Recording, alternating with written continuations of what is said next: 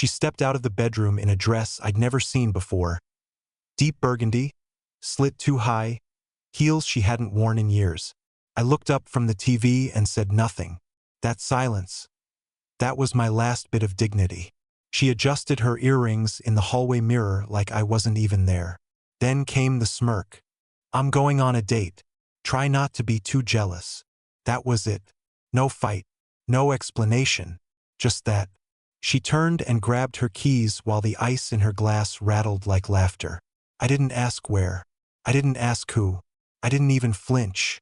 But I watched. I always watched. The moment the door closed, I stood up slowly, like every bone in my body had aged 10 years in 10 seconds. I walked to the kitchen, poured the wine she was saving for a special occasion, and sat at the table. Not to drink, but to think. She didn't take her phone charger. She did take her perfume. She didn't hesitate, not even for a second. I opened my laptop and searched one word. Betrayal. I didn't get far. A notification popped up that I wasn't supposed to see. Her tablet had synced to the cloud again. Photos, dozens. No faces, just limbs. Hotel sheets. Mirror selfies with someone else's shadow in the corner. I didn't breathe. Not once. Then came the audio files. 3 of them, each more humiliating than the last. I hit play on the third. Static, muffled whispers. Then laughter. Hers, followed by a voice I recognized too well. He still doesn't know? Why would I tell him? He thinks I'm at book club. Poor guy. Probably folding your laundry while we talk. She laughed again. And I swear to God, something broke inside me. Not shattered, not exploded, just bent so far it would never bend back. I didn't cry. I didn't scream. I did something worse. I planned. I opened her drawer and pulled out the journal she didn't know I read. Page 16. A date circled in hearts. Next Friday. A hotel name. A meeting time. I screenshotted everything, printed it, organized it, even added tabs. And then, for the first time in our entire relationship, I called her mother. I just wanted to confirm the family dinner next Friday. You'll all be there, right? She said. Yes. Perfect. That gave me 7 days. 7 days to become the version of myself that she never imagined I had in me. And when the truth hit, it wasn't going to come like a slap. It was going to come like a funeral. The next morning, she acted like nothing had happened. Like she hadn't left wearing that dress. Like she hadn't smirked. Like she hadn't broken something in me with 9 words. She poured coffee, hummed a tune, and asked if I'd seen her scarf. I said no. I watched her quietly. Every move she made looked choreographed now, like I was watching a stranger pretend to be my wife. She sat across from me at the table, barefoot, scrolling through her phone, smiling at messages that definitely weren't from me. The worst part wasn't the betrayal. It was how easy it was for her, how effortlessly she slipped into this dual life. She wore it like a second skin. I played my role, too. I kissed her on the cheek before leaving for work. And when I closed the front door, I didn't head to the office. I drove straight to a print shop and handed over a flash drive. The man at the counter looked at the files, blinked, and asked, "You sure you want this printed? Front and back? Bound? Tabs separating the conversations. Glossy cover." He nodded and said nothing more. That was day 1. By day 3, I had rerouted all our joint finances into a temporary holding account. Legally, quietly, I consulted a financial advisor I met through a friend, a divorce who now helped other men not lose everything to the people who had already taken too much from them emotionally. I wasn't bitter. Not yet. Just surgical. That night, she came home late again. I asked if book club went well. She said, "Incredible discussion. I wish you could have been there." Then she kissed me. And for the first time in our marriage, I felt absolutely nothing. No spark, no ache, just numbness. I watched her undress, change into pajamas, and crawl into bed like she hadn't erased me already. She reached for her phone, and I saw it. The name glowing in the corner of the screen. Tucker. Tucker had been at our wedding. Tucker had toasted to our forever. Tucker once cried on our couch after his own divorce. I'd handed him a beer, told him not every marriage ends badly, told him to hang in there. He'd been hanging in my bed. The irony was, I wasn't even angry at him, not in the way people expect. I was angry at myself for not seeing it sooner, angry that I let kindness blind me, that I believed respect was something that couldn't be faked for this long. But she was a masterclass in deception. On day 5, I drove past the hotel from the photos. I walked into the lobby like I belonged there. I asked the front desk if I could confirm a reservation. I gave her name. The clerk, too distracted to think, nodded and gave me a time and a suite number. I left a tip and a thank you. Then I went to the print shop again. 2 extra copies this time. One for him, one for her. Each bound. Clean. Undeniable. I had no intention of exploding. That's not me. I'm not the man who yells. I'm the man who remembers everything, who writes things down, who shows, not tells. And that's when the idea came to me. One final message before the collapse. The night before their little getaway, I snuck into the suite. I didn't break in. I booked the room beside it and slipped an envelope under their door. It simply said, "You're both invited. RSVP not required." Inside were the photos, the transcripts, and a printed screenshot of the guest list for her family's dinner the next evening. The same night she planned to be tangled in hotel sheets with someone I used to call a friend. The last page had one line, "Smile for the camera. Room 406 has a perfect view." She still didn't know I'd seen everything. But tomorrow, she'd find out that her audience wasn't just me. It was everyone. The next morning, she was unusually affectionate. She brought me coffee in bed, kissed my forehead, even wore that old hoodie of mine she used to call ugly but comforting. If I hadn't known any better, I'd have thought she was falling in love with me all over again. But I did know better, and now I knew why she was acting this way. She was trying to soothe her guilt, if she even felt any. She wanted the illusion of warmth before she disappeared into another man's arms later that night. I played my role again. I laughed, complimented her hair, told her she smelled amazing. When she asked if I'd be okay if she went out for a bit this evening to clear her head, I nodded with the kind of smile you give a child who lies poorly about eating dessert before dinner. She left the house around 6:30 p.m., wearing that same burgundy dress. I watched from the window unseen. She didn't glance back once.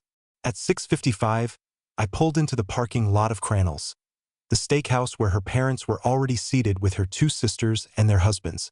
The dinner had been scheduled weeks earlier. One of those routine family catch-ups that no one was excited about but no one could avoid either. They looked surprised when they saw me walking in alone. Her mom even asked, half laughing, "Did Nain get stuck doing her makeup again?" I smiled. "Something like that." I sat down, greeted everyone warmly, made polite conversation, even toasted with sparkling water since I claimed I was driving a lot lately. Then, 10 minutes into the meal, I opened my bag and placed a single brown envelope in front of her mother. She looked at it, confused. "What's this?" "A mistake," I said, "but not mine." I handed out the others, one for each family member, and instructed them not to open it yet. Nain's father, always suspicious by nature, squinted. "Curtis, what's going on?" I looked him in the eye. "Everything in those envelopes is time-stamped, backed up, and includes audio. You don't have to read it now. In fact, I'd prefer if you waited until she arrives." "She's coming here?" her younger sister asked. I nodded. "Oh yes, any minute now." I didn't tell them that she still believed she was heading to a luxury suite with Tucker. I didn't tell them that she'd find a note taped to the inside of the hotel room door. Dinner date changed. Dress appropriately. At 7:26 p.m., just as her mother began to ask another question, the restaurant's main door opened. There she was, hair curled, heels loud, and that same smirk that had started it all. Except this time, it evaporated the second she saw me. And then her family, and the envelopes. She stopped walking. Her eyes darted between the table, my bag, the people she loved, and me. "Sit," I said. Not loud, not firm, just neutral. She didn't move. Her mother spoke next. "Nain, what's going on?" I could see the gears spinning behind her eyes. She was calculating, trying to decide whether to lie, Fake tears, collapse, beg, or storm out. But she did something else. She laughed. A sharp, brittle sound that belonged more in a courtroom than a restaurant. "Oh my God," she said, forcing a smile. "Are you all really falling for this?" No one replied. I leaned forward. "You can tell them it's fake. You can tell them I'm insecure. You can even say I manipulated the audio. But once they read those, you'll never walk into this restaurant again without someone whispering behind a napkin." Her eyes narrowed. I placed one more envelope on the table. Smaller, cream-colored, sealed with gold foil. "What's that?" she asked. I didn't answer. Her father did. "It's yours." She opened it slowly. Inside was a single sheet of paper, a printed image, a still frame from the hotel security camera. Her and Tucker embracing near the elevator, time-stamped 3:47 a.m. The expression on her face as she stared at it. It wasn't anger. It was panic. And then I whispered the one thing she never expected to hear. "Smile wider. The internet's not impressed yet." She dropped the envelope, but I wasn't done. Because this wasn't about a hotel or a friend or a dress. This was about everything she thought she could get away with. And I hadn't even shown her the real surprise yet. No one said a word for a while. Nain stood there frozen, one hand still clutching her purse like it might help her disappear. Her mother flipped through the contents of the envelope, growing paler with each page. Her father had already pushed his chair back, rubbing his temples like a man who saw a car crash coming but couldn't swerve in time. Her younger sister looked at me, eyes wide, whispering under her breath, "How long have you known?" I answered without looking away from Nain. "Long enough to stop wondering if I was crazy, and long enough to know I was never the problem." That's when Nain finally moved. She stepped forward, pulled out a chair, and sat down at the table like she belonged there, like nothing she'd done should stop this dinner from happening. "This is pathetic," she muttered. "You know what? If you were half the man Tucker was." Her voice caught. I didn't move, but I leaned ever so slightly forward and said very quietly, "Say his name again. I dare you." Her lips snapped shut, but the room was already spinning off its axis. Everyone was talking at once now, asking questions, gasping over certain paragraphs, struggling to match the woman they thought they knew with the one they were reading about. That's when I pulled out my phone and hit play on a screen recording. I had spent hours compiling the materials, syncing devices, pulling from backups. She assumed I was too tech-illiterate to understand. It was all there, messages, voice notes, even search history. But the recording I played now wasn't one she ever expected to hear because it wasn't her who had sent it. It was Tucker. He'd been drunk, probably after she'd ghosted him, and left a 2-minute voice message on her old tablet. But instead of confessing love or apologizing, he ranted, bitter, spiteful, and horrifyingly detailed.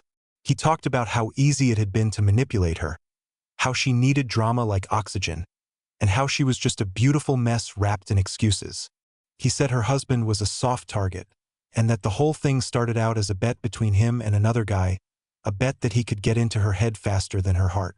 When I played the clip, the entire restaurant seemed to fall into silence. You could hear the clink of someone setting down a fork 2 tables over. Her mother gasped. Her sister swore out loud. And Nain, she looked like she'd been slapped by a ghost. "I never," she started. "No," I cut in. "You never thought I'd find it. That's the part that really bothers you." She turned to her parents, desperate now, pleading with her eyes. "He's twisting this. He hacked me." I pulled out a small envelope with a business card inside and passed it across the table. "Independent forensic tech. I had everything verified and time-stamped. Nothing's doctored. You want to know how deep this goes? Check the deleted files. Or the recovery bin she forgot existed on her tablet. Or maybe the app that records her location history. You'll see it matches the hotel visits perfectly." Nain stood. "No, I'm not doing this." Her father spoke then, his voice heavy with rage. "Sit down." I had never heard him speak like that. Nain hadn't either. She hesitated, halfway between standing and running. Her face was red now, eyes darting from her family to me to the table full of evidence. I stood instead. "You know what's funny?" I said, sliding my phone into my coat pocket. "This dinner wasn't even the endgame, just the preview." She looked confused, scared. "I'm not going to drag you through court. I'm not going to fight over who keeps the dog. And I'm definitely not going to beg for answers. I already have all of them." I looked at her parents. "You raised someone who lies better than she breathes." And then I looked back at her, not with hatred, not with sadness, just clarity. But she's about to lose something even she didn't know she still had. I walked out before anyone else could speak because the next part of this wasn't for a dinner table. It was for her inbox. And when she opened it, she'd find a link. A link to a private video of herself, but she wouldn't remember recording it because she hadn't. She didn't text me that night, not even to ask why or how or if I was serious. No, nothing. Just silence, like she'd vanished from the world. That was exactly what I needed. Because the video I sent her wasn't just some trick or a bluff or a piece of security footage from a hotel hallway. No, it was far more personal than that. It had been recorded 4 months ago, back when she still pretended to love me, back when her lies were so convincing, I questioned my own gut. And it had been hidden inside a smart home device she didn't even know had storage. I had bought a second-hand indoor security camera to monitor our dog while we were out. Small, discreet, tucked into the corner bookshelf in the living room behind some novels she never read. I had no real intention of spying on her, not at first. But one afternoon, while I was troubleshooting it from work, I accidentally clicked into the archive. That's when I saw them. It was a quiet weekday mid-morning. I was supposed to be at the office, but I'd forgotten my phone charger and returned home without warning. That's when I saw her on the video. Alone, pacing in a robe on the phone, laughing. And then Tucker appeared at the door. She opened it before he even knocked. What happened next was burned into my memory. Not just the visuals, but her words, her posture, the way she mocked me while pouring him a drink. The way she called me sweet but dumb. How she said she stayed with me because I was low maintenance and predictable, that I was safe. Tucker laughed. He said, "You know, he's probably at work thinking you're folding laundry or meal planning." She looked dead in the direction of the camera, not knowing it was there, and said, "He thinks I'm his wife." That's the funniest part. I never confronted her about it. Not that day, not that week. I just watched the entire betrayal play out silently from beginning to end, with no interruptions, no doubt, and no way for her to twist it into something else. And now that video was in her inbox, unedited, uncut, titled, "You said this to him about me." She couldn't delete it. I disabled that function. She couldn't forward it without revealing herself. And she definitely couldn't explain it away. Not with the timestamp, not with the angle, not with her voice inflection. The next morning, she called. I let it ring. Then she texted, "We need to talk, please." That video, that was taken out of context. Out of context. That phrase broke something loose in my chest, like all the little humiliations had finally stacked too high. I texted back only 2 words, "Check Dropbox." Inside the Dropbox were folders. Every message she'd ever sent to Tucker that I had access to. Voicemails, screen recordings, GPS logs showing her car parked at his house. Even a copy of a doctor's bill she tried to hide. A medication she picked up under her maiden name. At the very bottom of the folder was one more video. This time, it was me on screen. I had recorded it the night after the family dinner, sitting in our empty bedroom in front of the mirror she used to get ready for him. I didn't scream. I didn't cry. I just looked into the camera and said, "If you're watching this, it means you've finally realized what you've done. Or at least you've run out of ways to hide it. You turned our marriage into performance art. Well, here's my final act. I'm not going to court. I'm not asking for a fight. I'm leaving the keys, the car, and the silence. And you can keep everything you took from me because I've already taken back the one thing that matters. Myself." That was it. No mic drop, no finale, just truth. 2 hours later, her sister called me. She was furious. Not at me, but at Nain. Said she'd seen the footage, the texts, the files. Said she felt sick. "Curtis, I don't know how you stayed sane through this. I didn't answer because the truth was, I hadn't. Not really. Something in me had broken quietly long before this ever went public. I'd just gotten good at hiding it. But now I was all exposed. And Nain, she wasn't done yet. Because late that night, after everything had come crashing down, she showed up at my door. And in her hand was something I never expected her to bring back. She stood in the doorway like she hadn't set fire to everything. Hair pulled back, face bare, no jewelry, no games. Just holding something in her hand that didn't belong to her. Not anymore. My high school journal. I hadn't seen it in years. It had been in a box buried beneath old coats in the hall closet. The kind of box you forget exists until someone goes digging with intent. I found this, she said, holding it like evidence. And I read it. I didn't move. I didn't invite her in. I just stood there. The door barely cracked, the night pressing in behind her. I wanted to remember who you were, she continued, her voice low. Before I ruined it. I almost laughed. Not because it was funny, but because it was so profoundly absurd that she thought this was a reasonable move after what she'd done. Why are you here, Nain? She looked down at the journal, flipped it open to a page I hadn't seen in decades. You wrote about being scared no one would ever choose you, that everyone always wanted someone louder, braver, that you were just the safe option. She looked up. That's why I did it. Because I hated that it was true. There it was. Her first attempt at repackaging my pain as her justification. You used my trauma as a cheat code for betrayal, I said coldly. Impressive. She flinched. Then she stepped inside. I didn't stop her. Maybe I wanted to see where this would go. Maybe part of me needed to hear it, the final excuse, the final attempt at rewriting the story in her favor. She sat on the edge of the couch, holding that journal like it was a dead bird. I thought I'd feel powerful, she said, her voice hollow. Being wanted by someone like him, someone who made me feel dangerous. But every time I came home, you were still kind, still folding my sweaters, still remembering I hate cinnamon. And that made me hate myself more. I stayed standing. She looked up at me again. You were never boring, Curtis. You were just whole. And I didn't know how to live with that. Then why didn't you leave? I asked finally. Why not just say it? Pack your things and go. Her answer came fast. Because you never would have stopped me. And that would have made me feel worse. There it was. The cruelty wrapped in soft language. She wanted me to be the one who broke. She wanted me to scream, cry, collapse so she could convince herself she was the victim of a love that drowned her. But I never gave her that. And now that she saw the wreckage she left behind, she had nothing to blame it on but herself. She stood, walked to the kitchen counter, and placed the journal down next to my keys. I know you'll never take me back. I'm not here for that. But you need to know I tried to stop myself. I tried to fix it.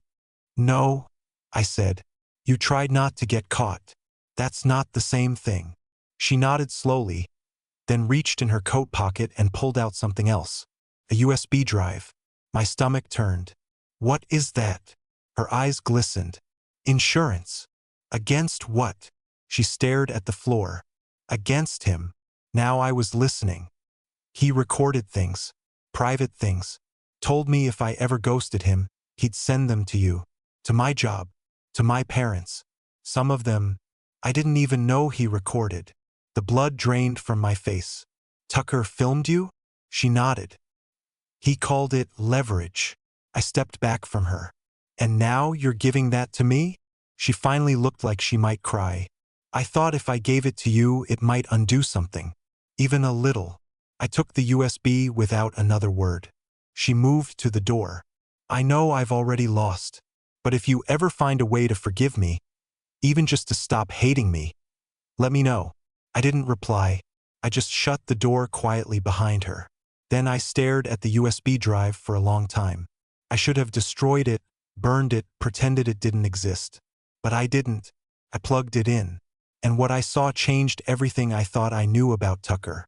Because Nain wasn't the only person he recorded. And not everything on that drive was about her. The USB drive was small, silver, and scuffed on one side, like it had been pocketed and fumbled 100 times. It felt heavier than it should have, like it carried more than just data.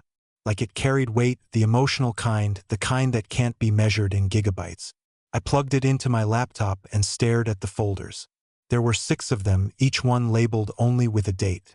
No names, no context, just 6 different timestamps spanning the last 7 months. I opened the earliest one. At first, it was what I expected.